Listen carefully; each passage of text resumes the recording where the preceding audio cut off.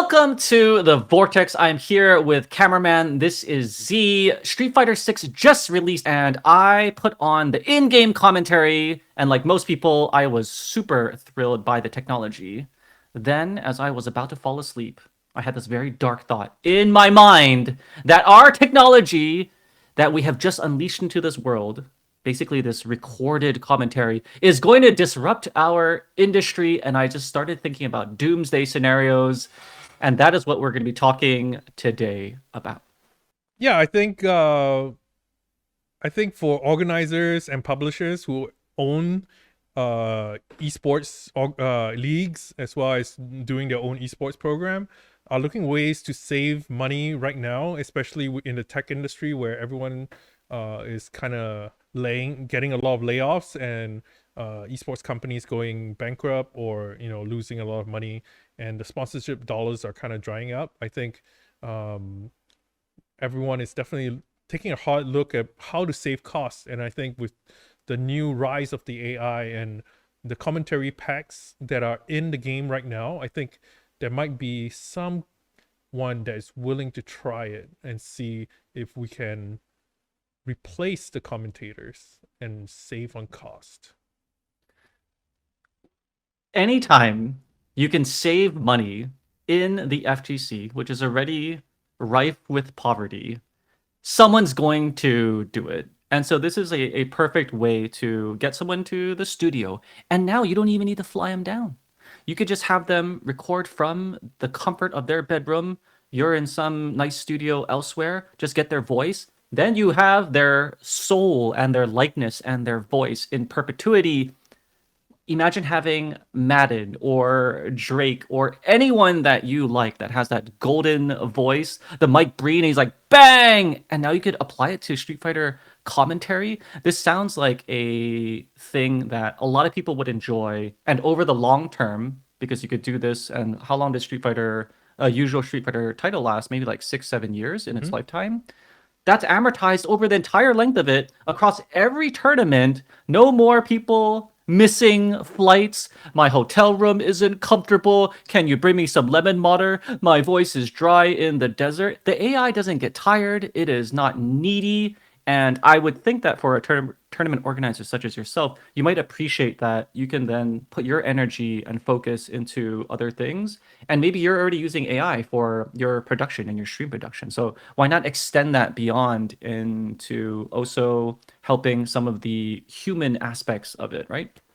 Yeah, I think it's true, but as a viewer as well and a fan of FGC and also for Street Fighter content, I really like a human element to it. So I think we can remove the commentators since Capcom already put it in there. I My personal favorite obviously is Aru, and having him his voice while watching a match is always very entertaining. But I think we can introduce hosts and analysts to the mix, and I think that would help to add and kind of set up the storylines and introductions to the players as well as the game. And during the game, you can have that in-game commentary, and then after the game, that's when the host and analyst can review what has happened, maybe perhaps interview the players. And at a time, I don't think AI has developed far enough to do that yet. Maybe in the next 5, 10 years, but yeah, I think having that kind of element added to it would be something that I will be looking into in the future, and hopefully can see what other people do as well with these options available to them. All right, you brought up Adu, a personal favorite of mine as well. Adu speaks Japanese, and his hype is easily felt by someone who doesn't speak it. But a lot of his commentary and knowledge, I'll put Hameko in there as well, is lost on the general audience. And to go back to how this technology is going to unlock a lot of good things for people is if you've seen the sort of clip where they have Joe Rogan speaking in fluent Spanish, right? Not just like an auto translate with the transcriptions and it's kind of like a wonky Google Translate, like fluent Spanish with all the nuance and the accent. If you could get Aru in English, in French, in Malay, in any type of language, in Chinese, then you sort of spread and distribute his charisma and his knowledge to a greater audience. And inevitably, that's what we, as people in the community, want to do. We want to grow the pie so that we can find other people and get them excited for the game as we look at some of the other global esports title, right? We're always sort of Mhm. envious of those global games. And I think that this technology is going to help unlock that so that we're not just concentrated in several big markets where there's a lot of players. Traditionally, we sort of needed that because of our arcade roots. I think you just brought up another way to save money. So Oh boy. instead of having multiple, commentators, casters, you just have one, which is Aru, and then you duplicate him into different languages, and then that's it. Just one person, maybe two, depending on Yeah, and whoever art else you is want. not for everyone, but okay, there's a common joke in the FGC, which is the Cali privilege. You have to be in California because that's where the production studio is. That's where a lot of strong players, TOs. Historically, there's a concentration of power and talent there.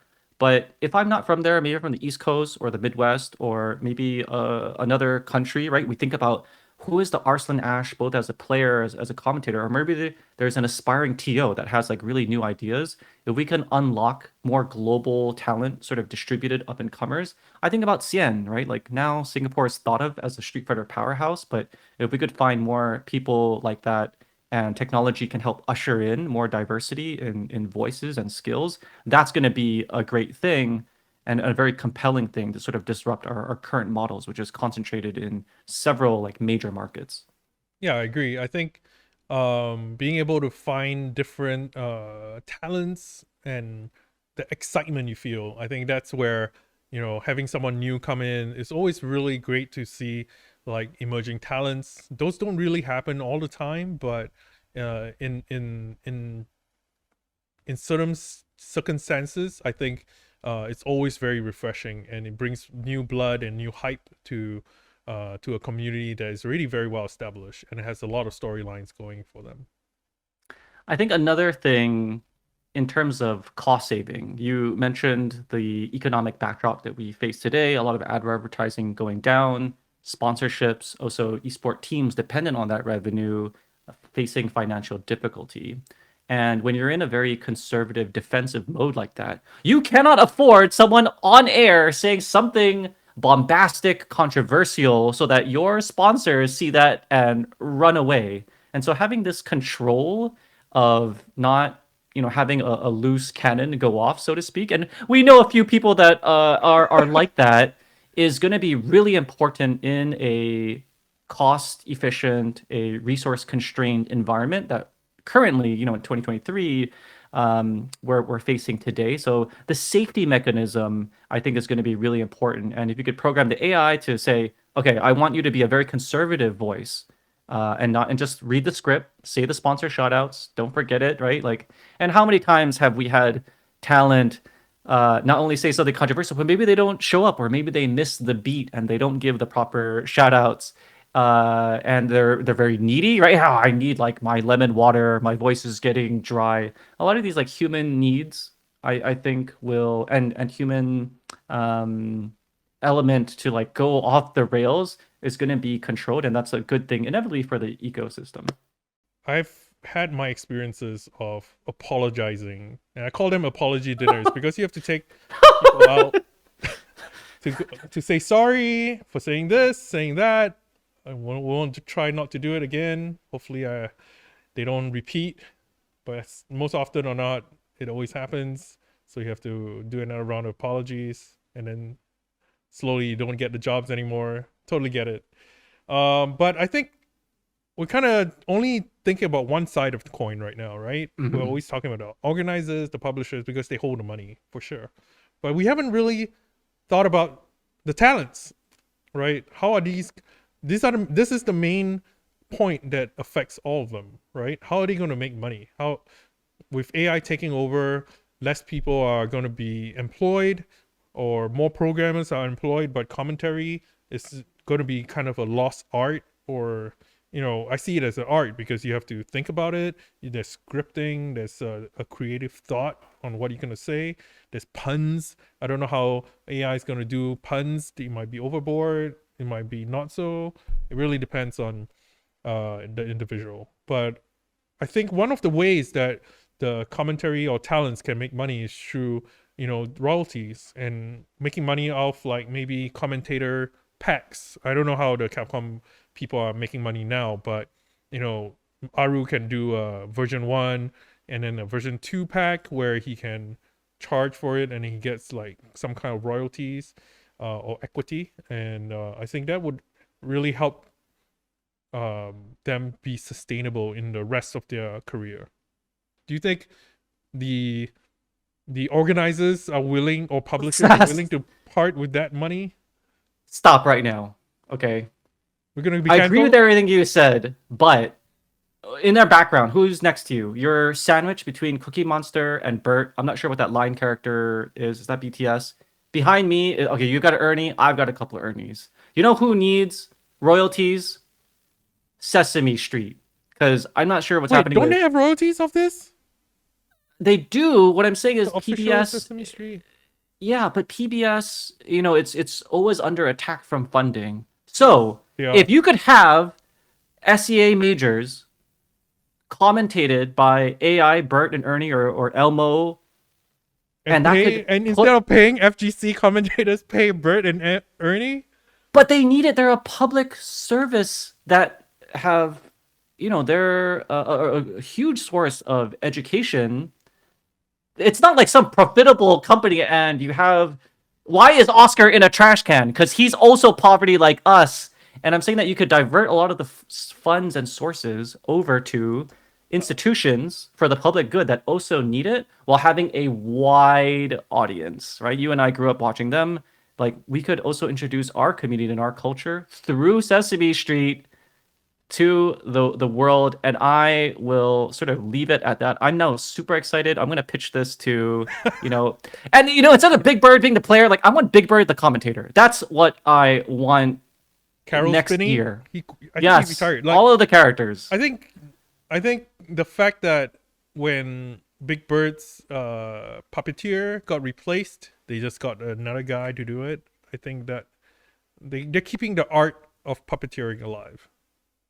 Yes. Well, VTubers is just the next form of the puppeteers. So I, as a Sesame Street fan, look forward to it.